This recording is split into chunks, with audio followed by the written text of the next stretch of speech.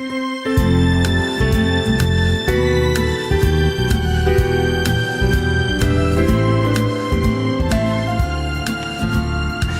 여호와의 신이 내게 임하셨으니 이는 여호와께서 내게 기름을 부으사 가난한 자에게 아름다운 소식을 전하게 하려 하심이라. 나를 보내사 마음이 상한 자를 고치며 포로된 자에게 자유를, 갇힌 자에게 노임을 전파하며 여호와의 은혜의 해와 우리 하나님의 신원의 날을 전파하여 모든 슬픈 자를 위로하되 무릇 시온에서 슬퍼하는 자에게 화관을 주어 그 죄를 대신하며 희락의 기름으로 그 슬픔을 대신하며, 함께 봅니다. 찬송의 옷으로 그 근심을 대신하시고 그들로 의의 나무 곧 여호와의 심으신 바 그 영광을 나타낼 자라 일컬음을 얻게 하려 하심이니라. 아멘. 네, 오늘은 위로의 하나님, 위로의 사람이라는 말씀으로 함께 은혜를 나누도록 하겠습니다. 우리는 지난주 우리 교회 창립 기념일을 통해 주님이 우리에게 주신 당부와 사명으로서 남은 자와 길을 여는 자에 대해 은혜를 나누었습니다. 오늘 이 말씀은 그 사명을 구체화하기 위해서 지금부터 앞으로 우리가 끊임없이 주력해야 할 사역이 무엇인지를 알려줍니다. 단계적으로 살펴보겠습니다. 먼저 영적 상태인데요. 하나님의 말씀은 우리가 살아가는 이 세상을 크게 타락한 죄악의 세상, 사탄 마귀의 압제 아래서 시달리면서 살아가는 노예 상태로 봅니다. 이런 우리의 상태가 구체적으로 나타나 있는 것이 이스라엘 백성들의 역사 속 삶의 모습입니다. 아담과 하와가 에덴 동산에서 죄를 지어 쫓겨나 고생과 고난의 삶을 산 것처럼 이스라엘 백성 역시 젖과 꿀이 흐르는 가나안 땅의 주인으로 살았지만 이 죄악으로 온 나라가 징계를 받아 바벨론의 포로가 되어 끌려갑니다. 이런 고생과 고난, 포로의 상태는 크게 보면 온 인류가 사단 마귀의 압제하에 사망의 땅에서 고통받으면서 살아가는 것과 같습니다.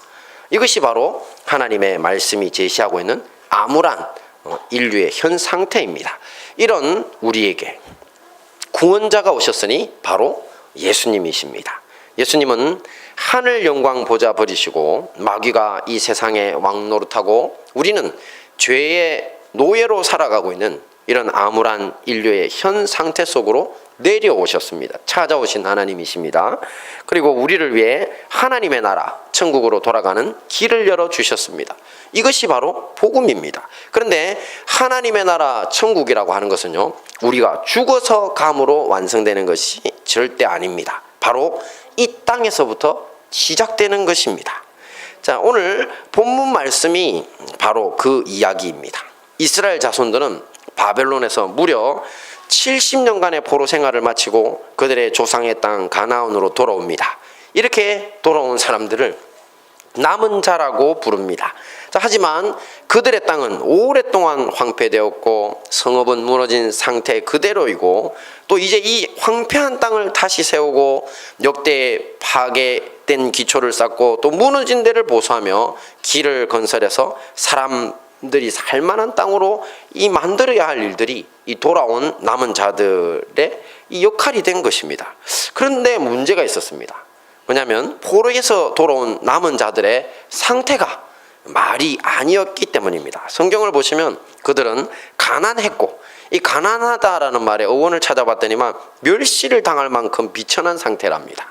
그리고 마음이 상해 있었으며 또 포로처럼 아직도 억압에 묶여 있고 또 복수심에 불타고 슬픔이 가득했다는 것입니다. 70년간 남의 땅에 끌려가 노예로 살았으니 얼마나 힘들게 살았겠습니까? 그래 눈에 보이는 고국 땅의 황폐보다 이들 내면의 황폐가 더 심각한 지경입니다. 그러니 이런 사람들이 도대체 무슨 일을 할 수 있었겠습니까? 자, 이들을 위한 우리 하나님의 처방이 바로 여기에 있습니다. 함께 봅니다. 시작. 주 여호와의 신이 내게 임하셨으니 이는 여호와께서 내게 기름을 부으사 가난한 자에게 아름다운 소식을 전하게 하려 하심이라. 나를 보내사 마음이 상한 자를 고치며 포로된 자에게 자유를, 갇힌 자에게 노임을 전파하며 여호와의 은혜의 해와 우리 하나님의 신원의 날을 전파하여 모든 슬픈 자를 위로하되. 그렇습니다. 주 여호와의 신 성령님이 기름 부음 받은 이들을 일으켜 그들을 위로하시는 것입니다. 하나님의 독생자 예수님의 십자가 사역의 정수도 바로 이 위로 사역입니다. 예수님은 제자의 배신으로 노예처럼, 남자 노예 가격이 은 30냥이었다 하죠. 가룟 유다의 배신으로 은 30냥에 팔립니다. 그리고 유대 지도자들의 질투 때문에 억울하게 갇히고 매맞고 이렇게 온갖 멸시와 천대 아래서 살인자들과 함께 십자가에 발가벗겨져서 못 박혀 죽기까지 하셨습니다. 우리가 성화에 보면 예수님의 하체에 팬티 같은 것들이 있지만 그건 도저히 그 그림 그리는 사람이 벌거벗겨 줄 수 없어서 그렇게 한 겁니다. 십자가형은 발가벗긴 채로 사람을 매달아 죽입니다. 자, 이 땅에서 사람들이 당할 수 있는 모든 멸시, 천대와 죽음에 이르기까지의 고난을 온몸으로 예수님이 감당하신 것을 볼 수 있습니다. 함께 봅니다. 시작. 우리에게 있는 대제사장은 우리 연약함을 체휼하지 아니하는 자가 아니요. 네, 여기에서 대제사장은 자신의 몸으로 하나님께 온 인류의 죄를 위한 속죄 제사를 지내신 예수님이십니다. 이 예수님은 우리의 연약한 부분을 체휼하지 아니하는 자가 아니라고, 이것을 부정의 부정이라고 하거든요. 강한 긍정입니다. 그러니 정말로 체휼하시는 분이라는 것입니다. 그렇다면 체휼이라는 것은 뭐냐면 같은 고난을 겪어 그 심정을 아는 것을 말합니다. 그러니 예수님은 우리의 억울함과 멸시받음과 죽기까지의 고난을 다 체험하셔서 우리의 심정을 아시는 분이라는 것입니다. 할렐루야. 네, 같은 고난을 겪고 그 심정을 아는 자라야 진정한 위로자가 될 수 있습니다. 대한민국 남자들은 사실 청년 시절 누구나 겪는 고난의 현장이 있습니다.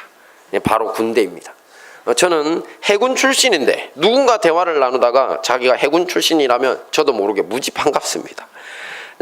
근데 해병대 출신들은 더 심합니다. 전국에서 전후회 활동으로 가장 유명한 곳이 해병대입니다. 아마 군생활 중 가장 고생을 많이 해서 그럴 것입니다. 제가 군생활을 할 때만 해도 고생스럽기는 해도 맞은 적은 한 번도 없습니다. 근데 함께 훈련받던 해병대는 장교 후보생들인데, 그러면 이제 장교 후보생들이면 간부들이잖아요. 장교 후보생들이니까. 근데도 우리 옆에서 훈련받을 때 수시로 얻어맞고 쌍욕을 듣는 것을 보고 제가 깜짝 놀랐습니다. 아마 군생활 내내 이렇게 얻어맞고 욕먹고 수없이 많은 고생을 함께 했을 것입니다. 그러니 해병대라고 하면 꼴도 보기 싫을 것 같은데 결과는 그 반대입니다. 해병대 전후에는 끈끈하기로 전국적으로 유명합니다. 이런 것이 바로 뭐라고요? 체휼. 함께 고생한 사람들만 아는 이해와 친밀감의 힘입니다. 해군 출신인 제가 해병대 전후에 아무리 들어가고 싶다고 해도 들어갈 수 없는 이유도 이것입니다. 같은 장소에서 같은 고난을 겪지 않았다는 겁니다. 많은 분들은 해군 해병대 같은 거 아니냐고 하는데, 제 동기가 해병대 출신이 있는데 우리를 보고 물개라고 부릅니다. 물개. 물속에 다니는 개. 그리고 육군들을 땅개라고 부릅니다. 땅에서 기어다니는 개. 그리고 이제 하늘에 그 공군들은 솔개라고 부릅니다.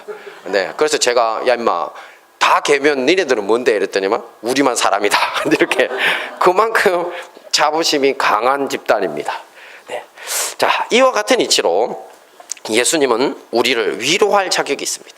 우리 같은 인간이 되어 바로 이 땅으로 내려오셔서 우리보다 더한 멸시와 천대를 겪고 죽기까지 하셨기 때문입니다. 함께 봅니다. 시작. 우리의 모든 환난 중에서 우리를 위로하사 우리로 하여금 하나님께 받는 위로로서 모든 환난 중에 있는 자들을 능히 위로하게 하시는 이시로다. 네, 이렇게 같은 고생을 하신, 우리 인류와 같은 고생을 하신 예수님의 위로는요, 우리에게 일어설 힘을 줍니다. 그리고 그 위로의 힘이 얼마나 크고 신비한지 이제 우리 자신을 넘어 모든 환난 중에 있는 다른 형제자매들을 위로할 힘까지 줍니다. 우리는 이렇게 우리의 힘만으로 누군가를 위로하는 것이 절대 아닙니다. 우리의 모든 고생을 체험으로 하시는 예수님이 주시는 이 위로의 힘으로 위로하는 것입니다. 자, 그러므로 어떤 분에게 아직 나 외에 다른 사람들을 위로할 힘이 없다면, 자기만 위로하기도 부족하다면 그것은 아직 충분한 하나님의 위로를 받지 못했기 때문일 수 있습니다. 자, 그런데 이것은 하나님의 책임이 아닙니다. 하나님보다 다른 것으로 자신을 위로하려고 하기 때문입니다. 말씀 봅니다. 시작. 하나님을 가까이 하라. 그리하면 너희를 가까이 하시리라. 네, 많은 사람들이 중독의 문제를 거론합니다. 술 중독, 마약 중독, 성 중독, 일 중독, 스마트폰 중독, 관계 중독, 게임 중독 등 이 모든 중독의 대상들은 다른 말로 자신을 위로하기 위해서 중독자들이 찾는 것들입니다. 하지만 이런 것들은 잠시 고통을 뒤로 미룰 뿐 더 큰 파괴적인 결과를 가져옵니다.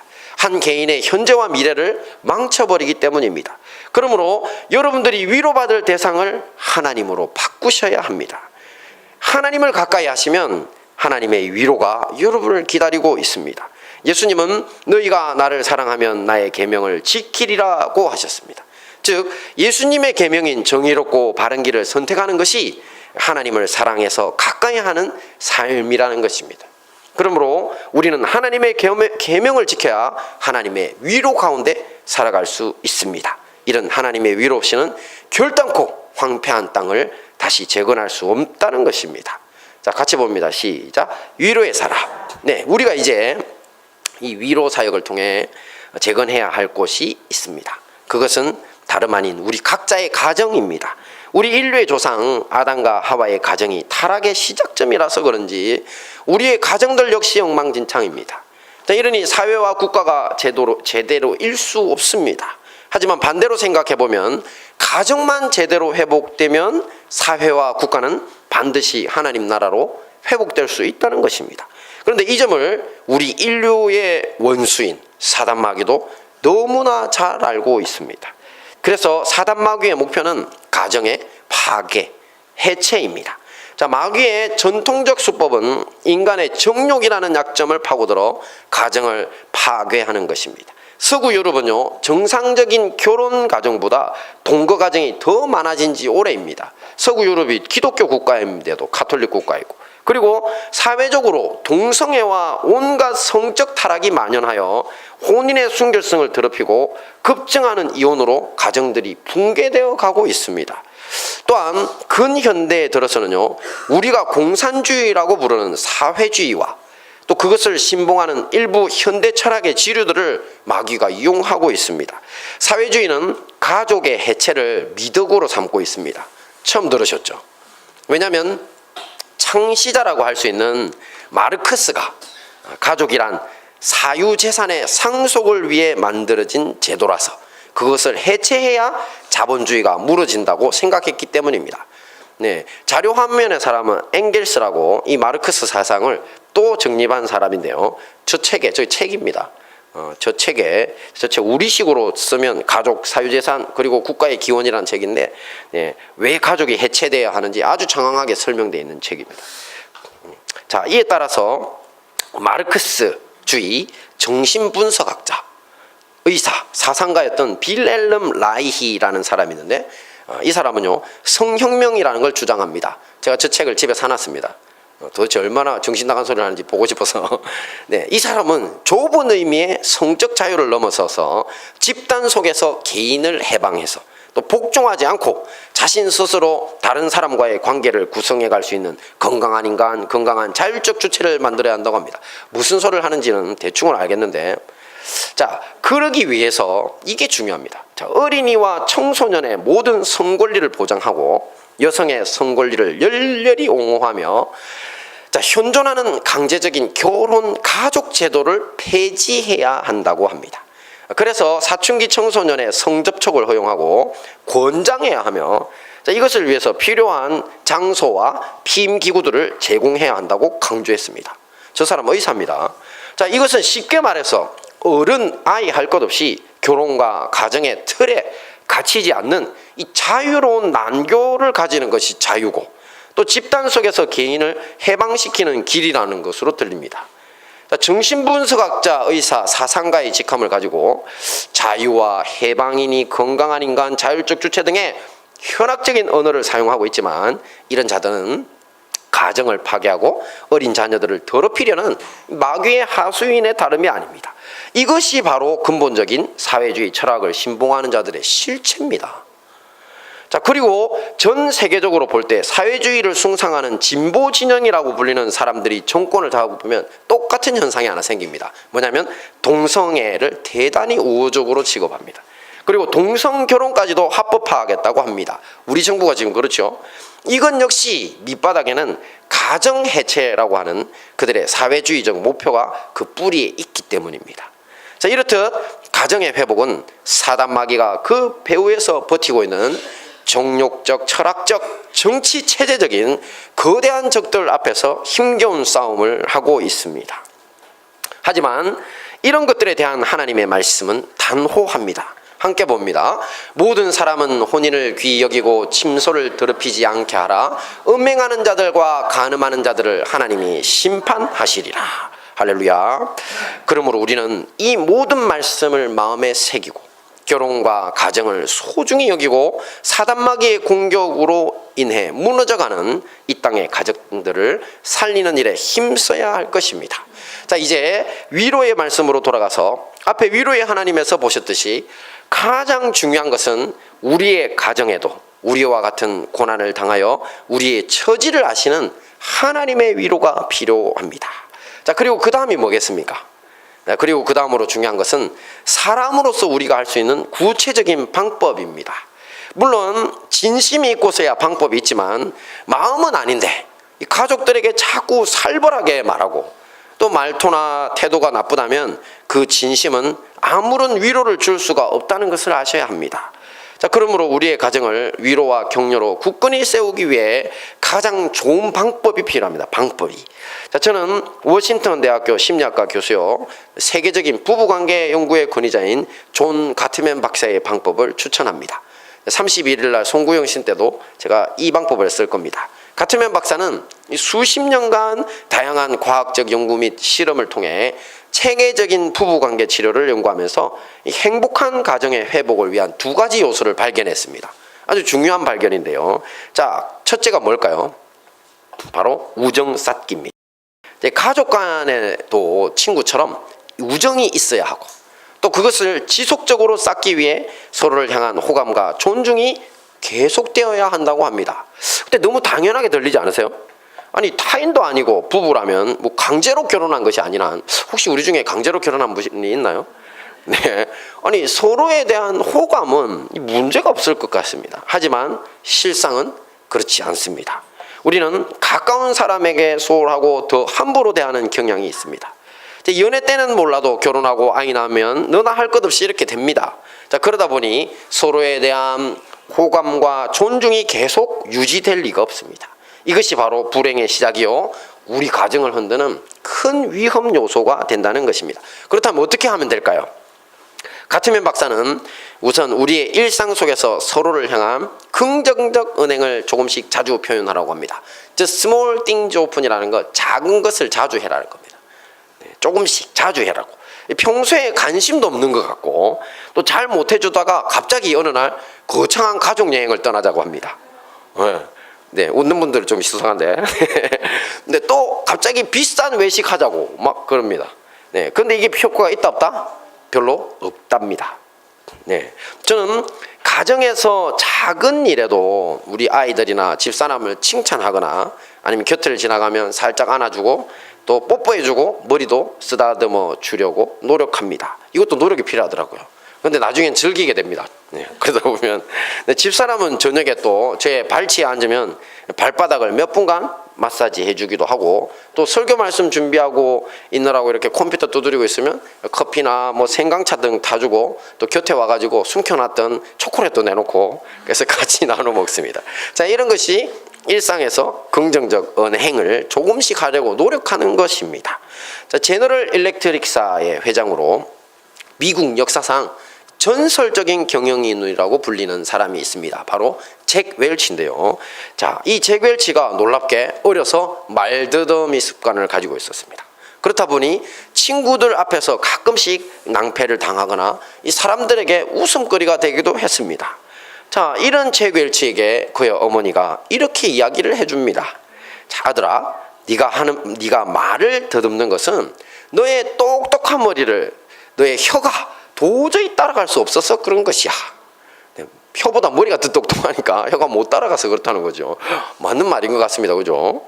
자, 이 말에 어린 잭 웰치는 열등감이 순식간에 자신감으로 바뀌는 경험을 했다고 합니다. 자, 이렇게 서로를 향한 긍정적 시선과 작지만 일상에서 수시로 행하는 긍정적 은행들이 가족 간의 호감을 유지해주고 또 우리가 위로의 사람이 되게 하는 구체적인 비결인 것입니다.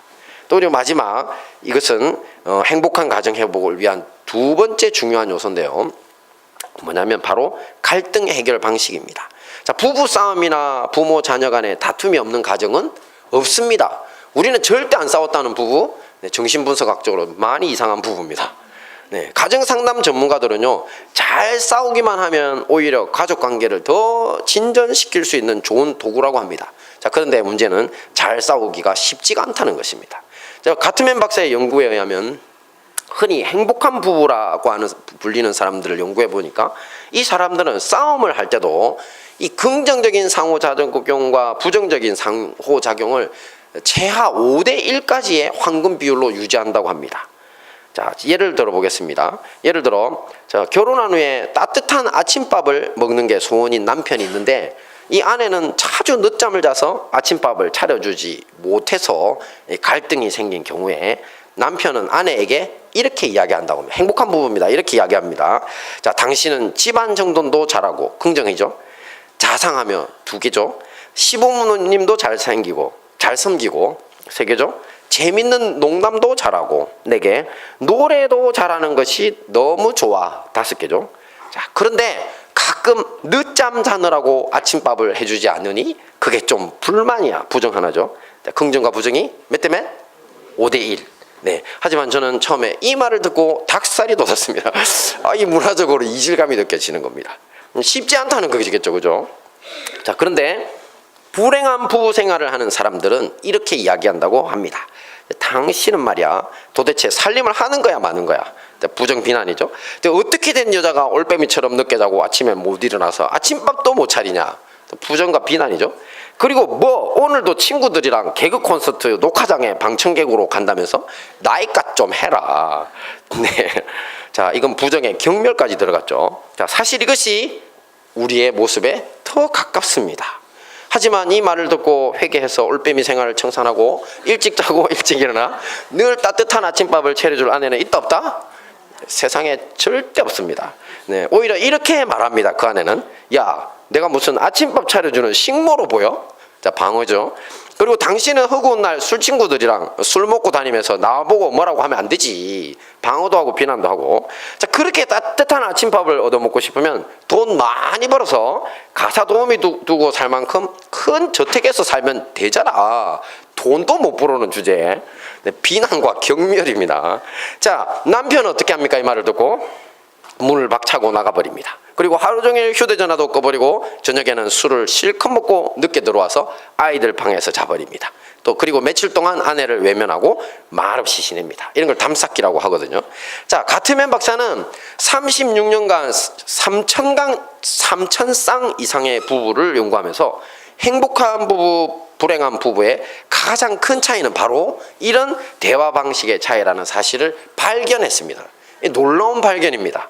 왜냐하면 보통의 부부 상담가들은 이렇게 연구해서 발견하는 게 아니라 감으로 좀 잡는 게 많거든요. 근데 이 가트맨 박사는 자기 연구실을 아예 그냥 차려놓고 주말에 부부 한 쌍을 불러다가 거기서 지내게 하고 거기에 카메라로 하루 종일 그 일상을 찍었습니다.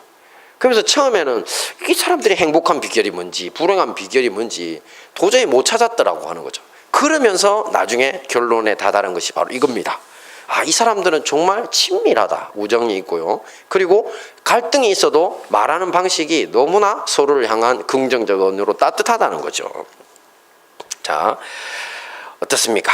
자, 앞에서 봤던 것처럼 이런 차이가 있는데, 자, 그럼 우리는 어떨까요? 우리 가정.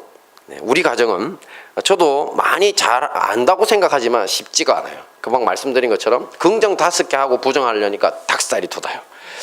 쉽지 않다. 네, 하지만 긍정적으로 말하려고 노력해야 돼요.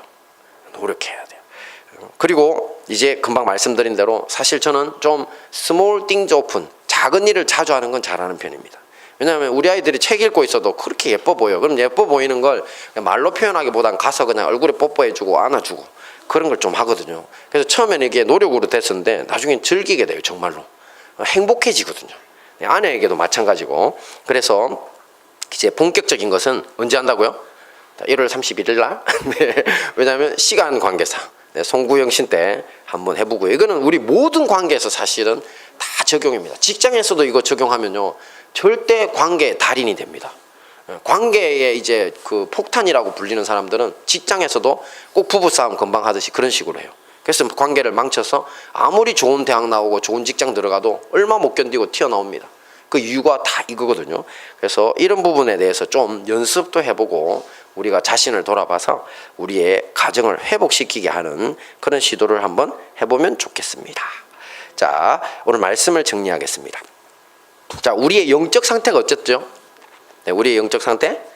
네, 사단마귀의 노예와 포로 생활에서는 해방되었습니다. 하지만 우리의 삶은 여전히 황폐한 성읍, 무너진 터전의 상태라고 했습니다.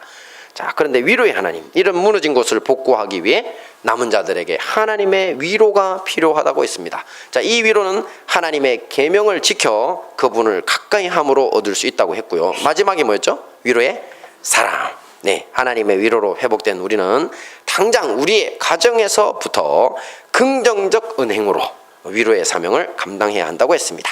자, 이 모든 말씀으로 황폐된 곳을 재건하여 위로의 사람으로 승리하시는 우리 행복한 다니엘 교회와 형제교회 성도님들 되시기를 축원합니다. 아멘. 우리 다 같이